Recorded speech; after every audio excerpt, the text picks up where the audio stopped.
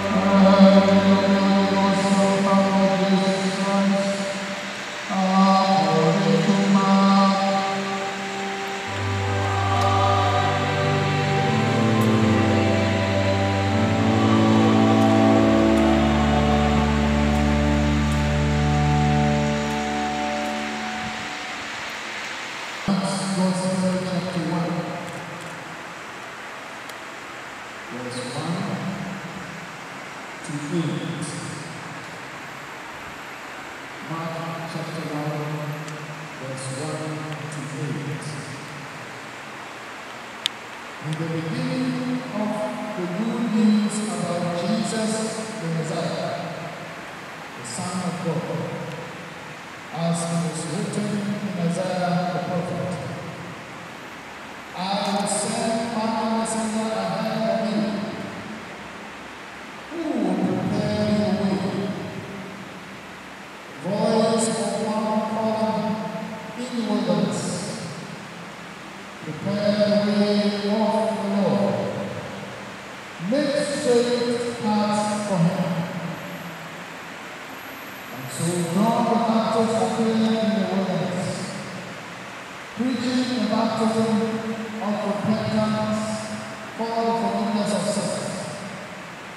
The whole Judean countryside and all the people of Jerusalem went out to him, confessing their sins.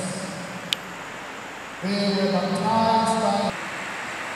After me comes the one more powerful than I. The straps of whose sandals I am not worthy to stoop down and untie. I baptize you with water, but he will baptize you with the Holy Spirit.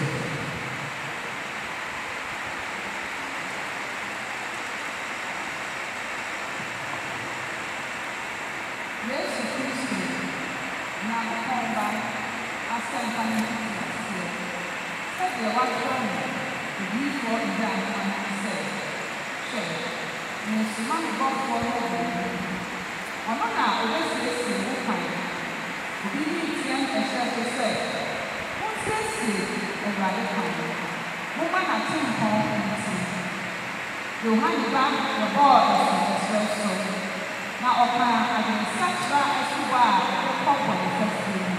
Ọ̀pọ̀ ọ̀tẹ́lẹ̀ bàbá òní ọ̀gá kàwọ́ òfàtàdà. Etí àfi ẹ̀rọ nínú ìwé ta. Ẹ̀yẹ́ wọ̀ ní ọ̀dí ìtura. Ẹ̀yẹ́ wọ̀ pàpà bí àwọn yẹ. Bàtà ìgbà nínú àwọn ọ̀yẹ́ máa dúró sẹ́. Mèdì àdúró bí ẹ̀kú ọ̀sọ́. Mèdì àdúró bí ẹ̀kú ọ̀bùsùn ẹ̀sọ́. Mèdì àdúró bí ẹ̀kú ọ̀sọ́. Nà sáà tó náà mèdì àkọ́ ọ̀sọ́ ti. Ọ̀bọ̀ ní fọ́ọ̀lù ṣiṣẹ́ àdéhìí yẹ dáa. Mẹ́ẹ̀ẹ́ náà fọ́ sàárọ̀.